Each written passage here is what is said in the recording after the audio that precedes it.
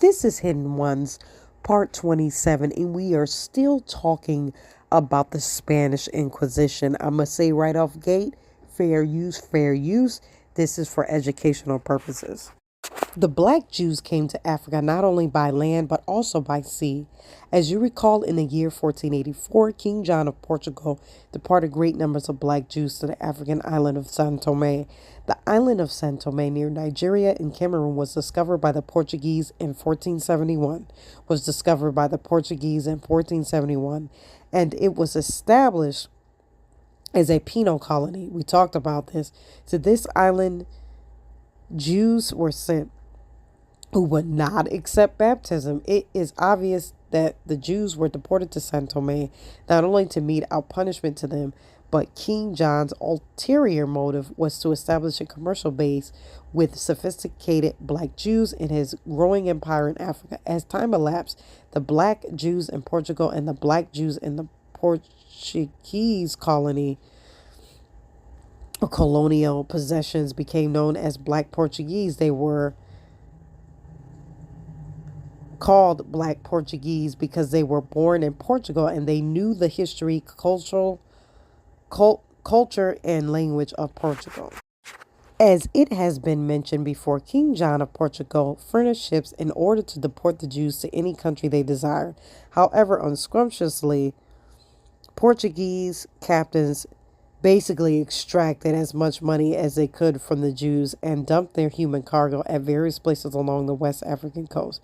As a result, Alan Gabi writes that Winwood Reed met blacks in Guinea, West Africa, who called themselves Portuguese and claimed descent from Portugal. Reed wrote his book in 1864.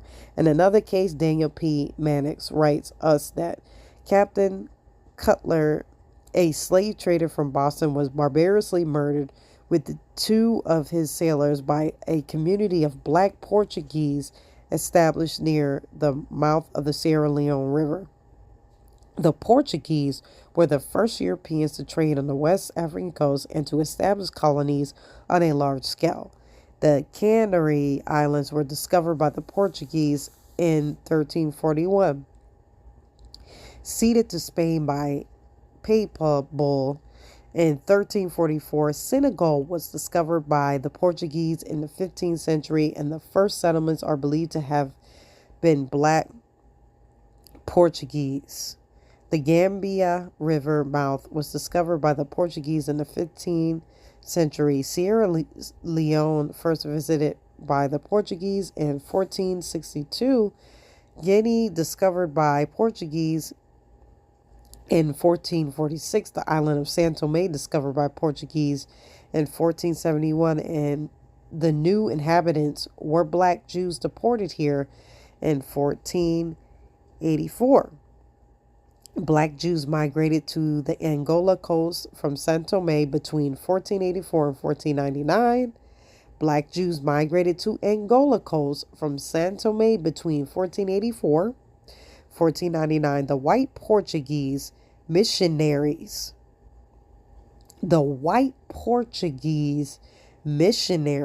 reached Angola by 1560, but white settlers did not establish a community until 1575.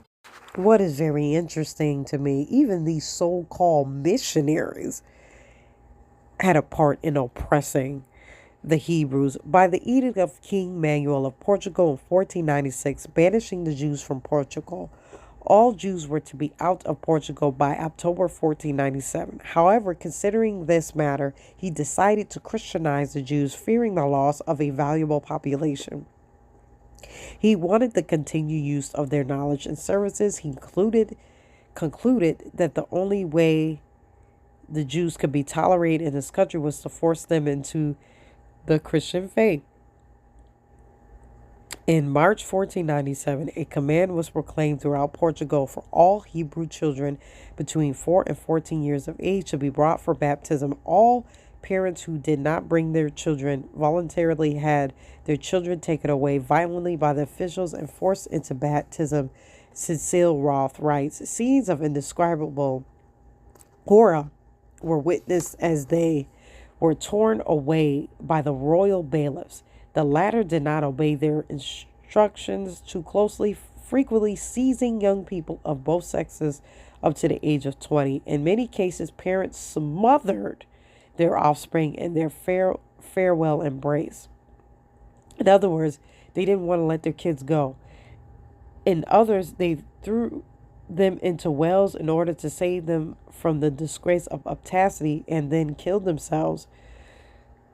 Sometimes even old men were dragged to the churches and forcibly baptized by overzealous fanatics. Horrendous conditions like these and much worse compelled many Jews to escape secretly out of the country. These black Jews went to Portuguese colonial possessions in Western Africa. Remember that the Portuguese colonies in Western Africa were Guinea, Saint Tome Island, Senegal, and Angola, and a few islands near the African coast. During the persecutions in Portugal, thousands of Jews left the country. The Jews were leaving the country in such large numbers that in 1499 and 1531, the kings published a decree forbidding the new Christians, black Jews, from leaving Portugal without special permits. At this time, many Jews became Christian out of fear. Many of them were known as secret Jews, practicing Judaism in secret under the guise of Christianity. Some writers call the Jews nominal Christians, Jews who are Christians in name only but practice Judaism in secret. In spite of all prejudice against the black Jews of Portugal, clearly that's what it was, they excelled in all of the trades. Let me say that again. In spite of all the prejudices against the black Jews of Portugal, they excelled in all the trades, skills, professions, and businesses. The wealth of the Jews was tremendous. Portugal is a small country about the size of the state of Florida. Nevertheless, in the year 1610, the Jews alone were worth 80 million ducats. The Jews, I guess that's Portuguese money, I don't know. The Jews dominated commerce and the export trade. So naturally, the black Jew would engage in commerce and trade in many parts of Africa after they had fled from Portugal. All right, so if you want to learn more about the Jews in Angola, again, I'm going to tell you guys to get the book From Babylon to Timbuktu. Rudolph Windsor definitely gives you more information on that. All right. We are at the end of the series. I will end out the series talking about the restoration of Yasharel. Let me say that again. I will end the series talking about the restoration of Yasharel. I don't know how many parts that's going to be, but we're going to conclude talking about that. If you are listening to this and you don't know Yahusha as your Savior, click the link in the description box. I tell you how to get saved. Have a good day.